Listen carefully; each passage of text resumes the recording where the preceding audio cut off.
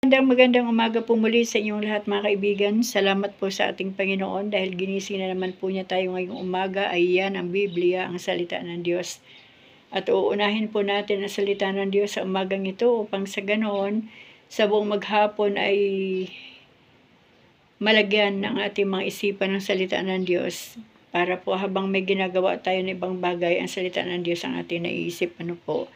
Kaya purihin po ang Diyos sa umagang ito. Salamat sa umagang ito dahil tayo po yung muling nagising. Ibig sabihin may dahilan pa ang Diyos kung bakit niya ginising ang mga buhay natin. Nawa ay malaman natin at makita natin ang dahilan ng Diyos kung bakit ginising niya pa tayo muli ngayong umaga. At ngayong umaga nga po tayo po ay magpapatuloy sa pagbabasa ng salita ng ating Panginoon. Pang 57 na days na po ang ating Bible reading.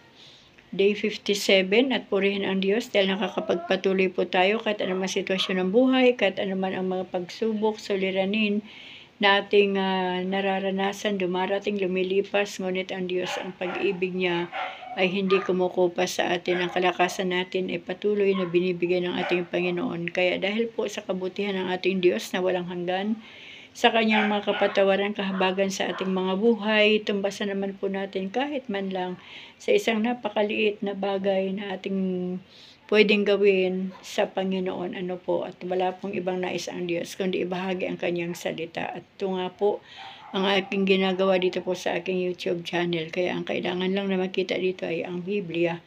At salamat sa Panginoon sa buhay nating lahat. Kaya mga kaibigan, buksan na po natin ang ating mga Biblia sa Deuteronomio. Yan, Deuteronomy sa English version o English Bible Pero Tagalog version po ang ating ginagamit.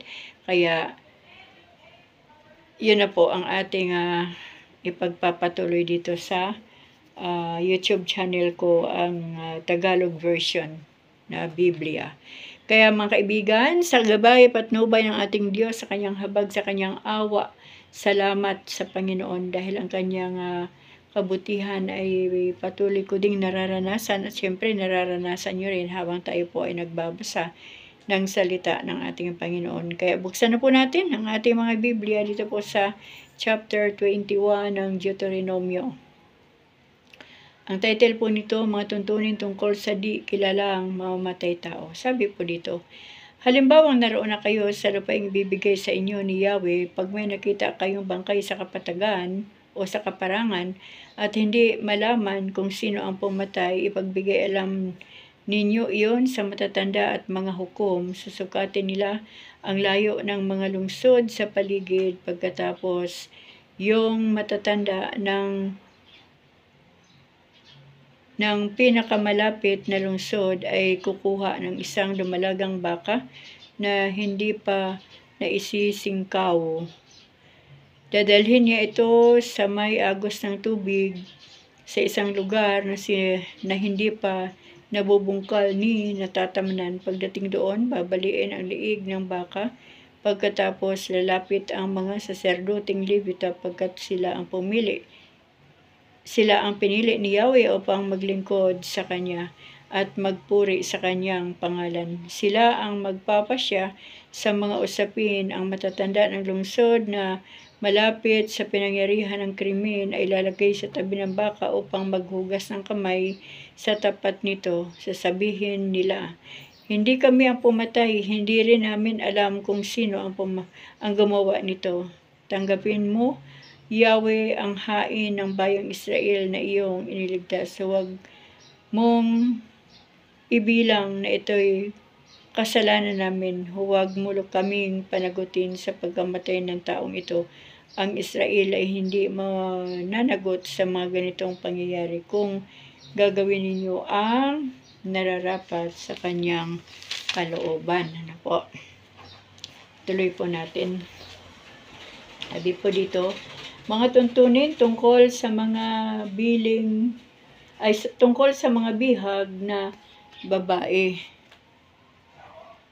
Kung sa pagkikipagdigma ninyo ay pagtagumpayin kayo ni Yahweh at ang sinuman sa inyo ay mabighani ng isa sa inyong mga bihag na babae, ano pat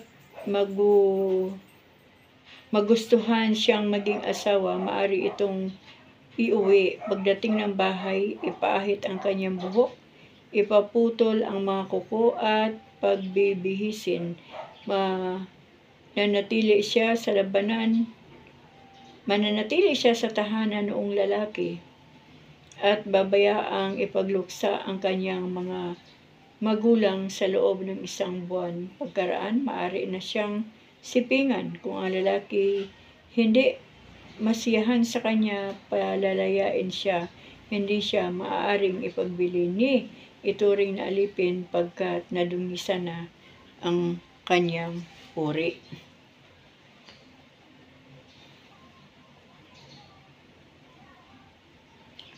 Tuntunin tungkol sa karapatan ng panganay. Kung ang isang tao ay may 2 asawa, anupat mahal yaong isa kaysa isa, ngunit kapwa may anak at may panganay niyang anak ay sa hindi niya gaanong mahal, huwag aalisin sa kanya ang karapatan bilang panganay upang hindi sa anak ng asawa na kanyang minamahal, upang ilipat sa anak ng asawa na kanyang minamahal. Ang kikilanling panganay ay ang unang supling at dito ibibigay ang 2 bahagi ng kanyang ari-arian kahit siya'y anak ng hindi gaanong mahal. Tuntunin tungkol sa anak na matigas ang ulo. Kung ang isang anak ay matigas ang ulo at ayaw makinig sa payo ng mga magulang, siya ay dadalhin ng kanyang mga magulang sa pintuang bayan at ihaharap sa matatanda. Ang sasabihin nila, matigas ang ulo ng anak naming ito. Lagi kaming sinusuway at ayaw makinig sa amin. Siya ay lasinggo at nilulustay ang aming kayamanan. Pagkatapos, babatuhin siya ng taong bayan hanggang sa mamatay. Ganyan ang inyong gagawin sa masasamang tulad nila.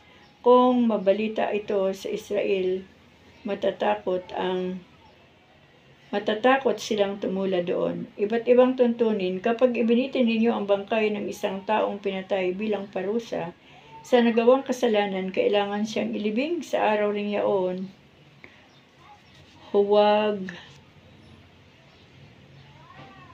Huwag ninyong hahayaang magdanas ng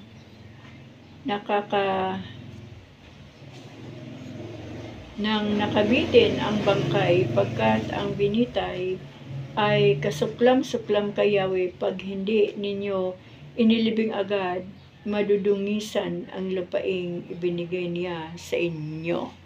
Yan, purihin po ang Panginoon. Ituloy po natin mga kaibigan dito po sa chapter 22. Maiksi lang po ang mga chapter. Kapag nakita ninyong na kakawala ang baka o tupa ng inyong kapwa, huwag ninyo itong pababayaan. Hulihin ninyo at dalhin sa may-ari. Kapag malayo ang tirahan ng may-ari, kung hindi ninyo alam kung kanino, ito'y iuwi muna ninyo at hihintayin hanapin ng may-ari. Ganyan din ang gagawin ninyo sa asno. Dapat ay damit o anumang bagay na inyong mapulot, ibalik ninyo sa may-ari. Kapag nakita ninyong nadapa o nabuwal ang baka at asno ng inyong kapwa, tulungan ninyong ibangon iyon. Ang mga babae ay huwag magsusuot ng kasuotang panlalaki o ang mga lalaki ng kasuotang pambabae. Sino mang magsuot ng hindi niya likas na kasuotan ay kasuklam-suklam kay Yahweh. Kung may makita kayong pugad ng ibon sa lupa na sa kahoy na may itlog o inakay, huwag ninyong huhulihin ang inahin. Maaari ninyong kunin ang inakay o ang itlog, ngunit pawawalan ang inahin. Sa gayon, mapapanuto kayo sa mabubuhay ng matagal. Lalagyan ninyo ng bandila ang bubong ng bahay na gagawin ninyo para hindi kayo managot sakaling may mahulog mula doon. Huwag ninyong tatamnan ng ibang binhi ang inyong ubasan kapag yao'y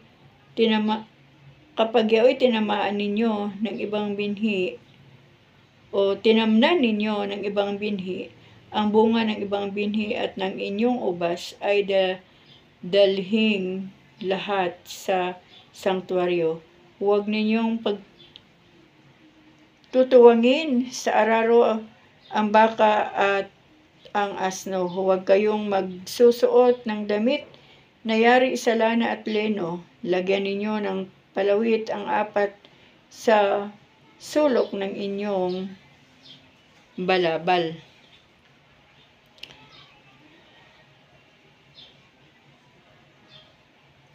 Mga tuntunin tungkol sa puri ng isang babae. Kung ang isang lalaki ay mag-asawa at pagkatapos magsiping ay siraan ng puri ang babae at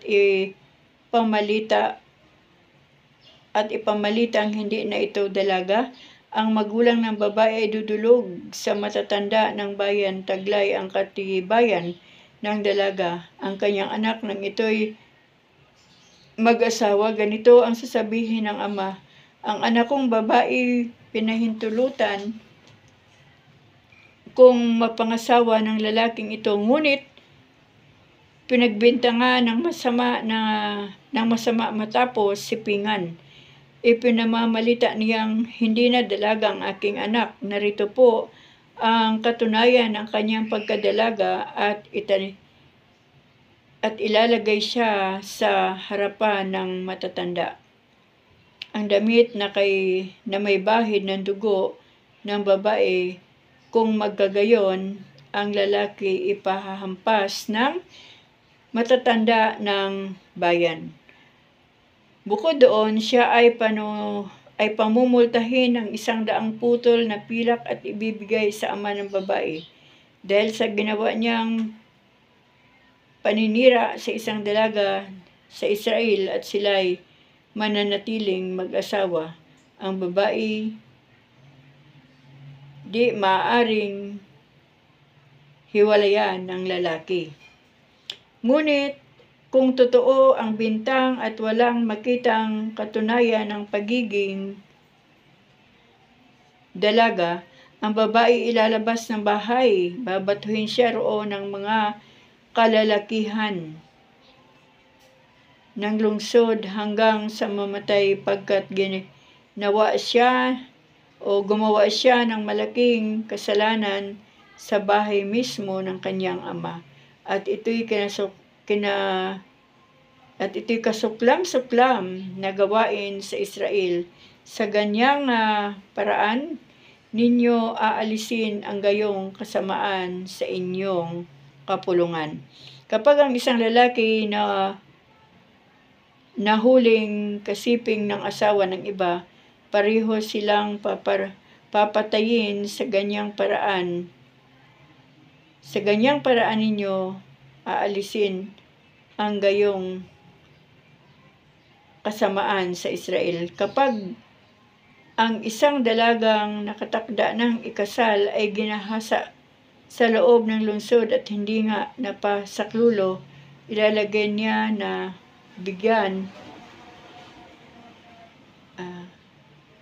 ilalabas sila ng bayan at babatuhin. Sorry po mga kaibigan, medyo malabo. Hanggang mamatay, pagkat hindi napasaklulo ang babae at ang lalaki naman ay lumapastangan ng isang babaeng malapit ng ikasal. Sa ganyang paraan, ninyo aalisin ang gayong kasamaan sa inyong kapulungan. Kapag ang isang dalagang nakatakda ng ikasal ay ginahasa sa labas ng lungsod, ang lalaki lamang ang papatayin. Ang babae ay hindi aanuhin pagkat wala siyang kasama. Ang lalaki lamang ang may kasalanan pagkat para sa para na niyang sinasalakay at pinatay ang kanyang kapwa. Ang babae ay ginahasa sa ilang nadako at walang makaririnig, humingi man ito ng saklolo. Kapag ang isang dalagang hindi pa nakatakdang ikasal ay ginahasa ng isang lalaki at ang nanggahasa ay nahuli, bibigyan niya ng 50 putol na pilak ang ama ng babae at pakakasalan niya ang babae pagkat inilugso niya ang puri nito, ang babae ay di maaring hiwalayan ng lalaki.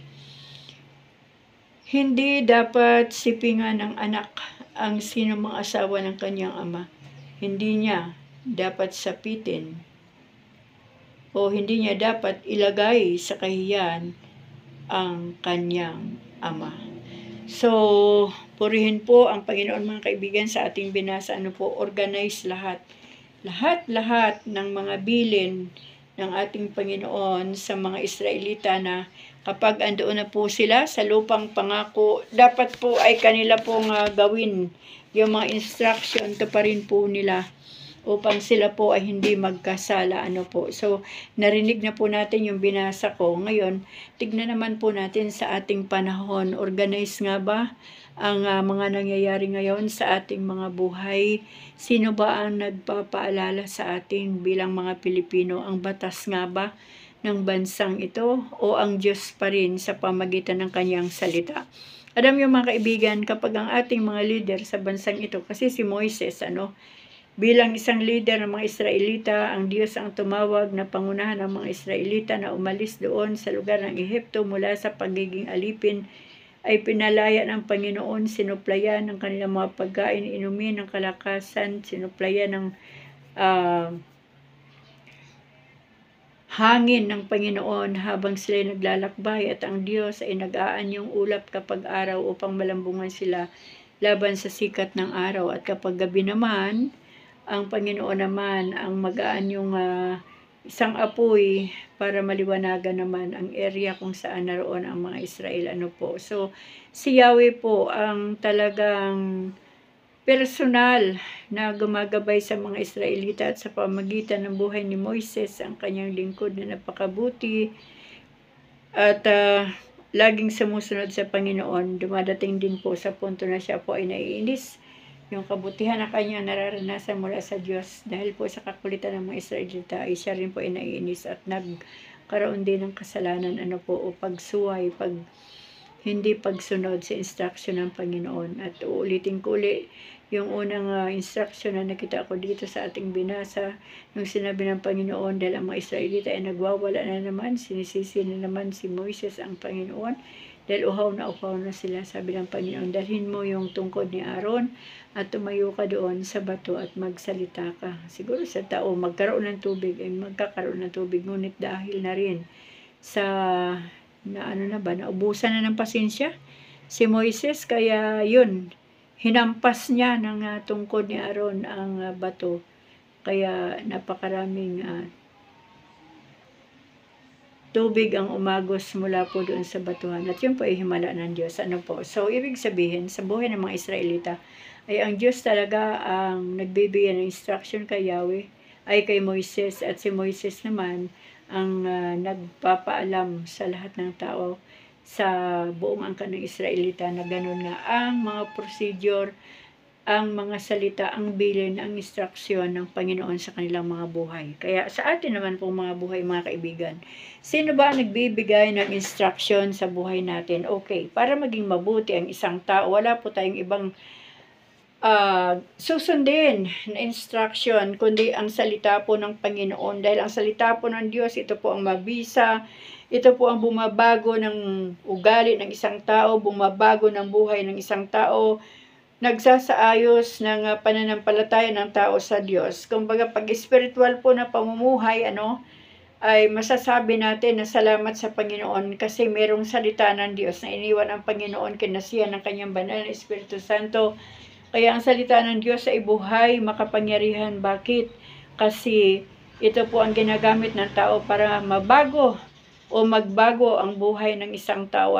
So, Pagdating naman po sa mga tao na walang tunay na pagkakilala sa Diyos, walang tamang relasyon at walang tunay na pananampalataya sa Diyos, yun po yung batas ng lupa. Ayan. Meron pong mga batas ang lupa, kaya lang kung minsan yung gumawa ng batas ay sila din ang sumisira at sumasalungat sa batas na kanilang ginagawa na nais nilang sundin ng mga Pilipino dito sa ating bansa. Dito po sa ating bansa tayo maglagay ng example. Kasi tayo po ay mga Pilipino at nasa Pilipinas po tayo, wala po tayo sa Israel at hindi rin po tayo lahing Israel. Ano po, tayo po yung mga hintil. Tayo po yung mga tinatawag na hintil. Hindi po tayo pagano, kundi tayo po ay naka-line up sa lahi ng mga hintil. Ayun, kapag batas ng lupa, mahirap pong paniwalaan, mahirap pong tuparin, mahirap pong mangyari sa buhay natin. Bakit?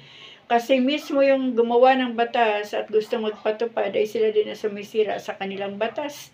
Sila din yung gumagawa ng masama, sila din yung nagkakamali at ginagamit din nila ang batas na panakip laban sa kanilang mga ginawang krimen o mga kung ano-anong ginawa nila na hindi po angkop doon sa batas na nais nilang ipatupad. Ano po. So, ang batas po ng lupa ay mabuhay, mahina, madaling bayaran ang batas ng lupa na kumbaga huwag mo nang pairalin ang batas na yan, ito na, bago mo pa man gawin yan laban sa aking kalaban ay ito na muna ang bayad. At yung batas na yan ay kung minsan ay ginagamit din sa kabutihan, minsan ay ginagamit din sa kasamaan, at minsan ay nagagamit din sa kasinungalingan. Kaya hindi po talaga tayo pwedeng mabuhay na lang ng dahil sa batas ng lupa. Tayo po'y nabubuhay ng tama dahil sa batas ng langit at walang ibang salita ng Diyos ang ating sinusunod. So, paano natin masusundan ang salita ng Diyos? Natural. Babasahin po natin yan. At kapag binasa natin yan, ay bulayin po natin. Ano bang ibig sabihin ng Diyos sa salitang iyon? Ano ba ang mensahe ng Diyos sa araw na ito? Kumbaga ay ating ninanamnam at pinag-aaralan nating mabuti at kinakausap pa natin ang Holy Spirit na ipaunawa sa atin ang salita ng Diyos kung ano ba ang mensahe ng Panginoon doon, dahil ang salita ng Diyos ay matalinghaga. Ano po. Pero purihin ang Panginoon sa mga anak ng Diyos. Dahil alam po natin na mula po nung tayo tumanggap na kay Kristo, ang Banal na Espiritu Santo ay kasama na natin, kaya hindi po tayo nawawala sa design ng Panginoon sa ating mga buhay bilang mga Kristiyano. Kaya para sa akin, mas mahiwaga, mas makapangyarihan, mas tama ang batas ng langit. Dahil ang batas ng langit ay hindi pwedeng suhulan. Ang batas ng langit ay katotohanan. Ang batas ng langit ay nakakapagligtas ng tao. Ang batas ng langit ay nagtuturong magpatawad sa mga tao. Ang batas ng langit ay nagturo ng kabutihan sa buhay ng mga tao. Ngunit ang batas ng lupa, para pong minsan ay may for sale na batas dito sa lupa. Ano po, kaninang umaga narinig ko, halos hindi na kinakaya ng yung mga online na sasakyan ang kanilang mga pasahero. Pero yung mga gustong maghanap buhay doon sa original na magkaroon ng taxi at ipasada, ibiyahe, anytime ay pwedeng umikot sa kung saang lugar na roon ang taxing iyon, ngunit hindi po nakakapag-operate agad-agad ng taxi dahil halos hindi pansinin ang pag-a-apply ng prangkisa ng taxi. At tanging Diyos lang nakakaalam ng mga dahilan kung bakit hindi masyadong inaaksyonan yung mga tao na gusto rin sanang maghanap buhay. Kaya lang, ang batas po ng lupa kung minsan ay mahina, mabuhay, at hindi gaanong nagagamit ng tao sa tama. Dahil kadalasan, ang batas ng lupa ay nagagamit sa taliwas ng kabutihan, kamalian. Kaya mga kaibigan, sa atin pong mga buhay, wag na po tayong umasa sa batas ng lupa. Huwag po tayong sumuway. Huwag po nating salungatin, huwag po nating suwayin ang batas ng lupa para wala po tayong problema. Ano po? Para walang gulo. Walang masasangkot ang gulo ang ating mga buhay. Sumunod tayo sa batas, tayo mga Kristiyano, tayo mga anak ng Diyos, sumunod po tayo sa batas. Huwag po tayong sumalungat at hayaan lang po natin na ang Diyos ang patuloy na kikilos sa bansang ito, at salamat sa Panginoon sa kanyang salita. Dahil ito po yung batas ng langit na talagang hindi po ito pwedeng baliin. Hindi po ito nagbabago, hindi ito pwedeng bayaran ng tao ang batas ng langit. Sino ba ang tao para suhulan ang Panginoon? Nawa, sabihin doon sa Biblia, tika, palitan ko ang laman ng Biblia na iniwan ko sa mundong ito, alang-alang sa request nung nagsuhol o nagbigay ng suhol sa Panginoon. Wala pong ganun Nakakatakot, di ba? Sino sa mundong ito ang magbibigay ng suhol sa Diyos? Siguro, pwede pa nating i-apply ito sa mga leader ng mga churches, na may mga leader din minsan na nabibili. At yan po ay nalalaman naman natin sa pamagitan ng social media o mga usap-usapan sa loob ng mga church, at talaga makikita natin yung kapahamakan ng isang leader na nagbinta ng kanyang dignidad.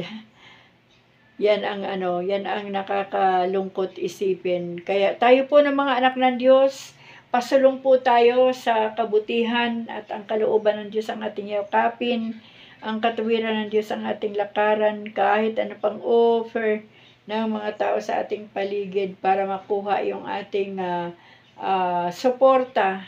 Magtanong po muna tayo sa Panginoon.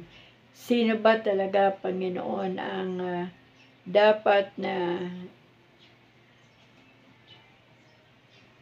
o ano ang dapat na gawin para ang buhay ng isang tao ay maging mapanuto, para maging tama sa harapan ng Panginoon. Wala pong ibang batas na tayo mapabuti kundi ang batas lang ng langit. Walang iba kundi ang salita ng ating Panginoon at ang pag-ibig ng Diyos. Kaya mga kaibigan, para po maging matagumpay ang ating mga buhay at hindi po tayo magkaroon ng mga kung ano-anong mga sigalot sa buhay natin, lagi po nating tandaan, napakaligtas po kapag sasalita tayo ng Diyos, sumunod. At isa pamuhay ito, makita ito sa ating mga buhay at magamit din ang ating mga buhay para ipahayag din sa mga taong wala pang pagkakilala sa ating Diyos. Kaya salamat sa Panginoon sa umagang ito. Alam ko po na kayo po ay nariyan at naghihintay po ng aking Bible reading. Maraming salamat po sa inyong lahat mga kaibigan. Hindi ko man po kayo kilala, ngunit ang Diyos po ay kilala kayo. Hindi ko man po kayo nakikita, ngunit ang Diyos ay nakikita po kayong lahat. Bawat puso natin, bawat isipan natin ay sinisiyasat ng Diyos, at ang lahat ng ginagawa natin ay tinitignan ng Diyos ang ating motibo habang ginagawa ito, kung ito ba ay pang sarili lamang, kung ito ba ay talagang para sa Diyos. Kaya lahat po ng ating gagawin ay patuloy po natin itong ialay sa Panginoon at bahala na ang Diyos kung ano po ang gagawin niya sa mga salita niya na ating inihahayag dito sa social media. Kaya mga kaibigan, maraming salamat po sa inyo lahat. Nawa po ay nasa mabuting kalagayan lamang po tayo at nasa tamang batas ng ating Panginoon upang sa ganon ang buhay natin ay laging matagumpay. Salamat sa Diyos sa inyong mga buhay. Salamat sa Panginoon sa kanyang mga salita. Salamat sa Diyos dahil ginising po niya tayong lahat ngayong araw. God bless us all po. Amen.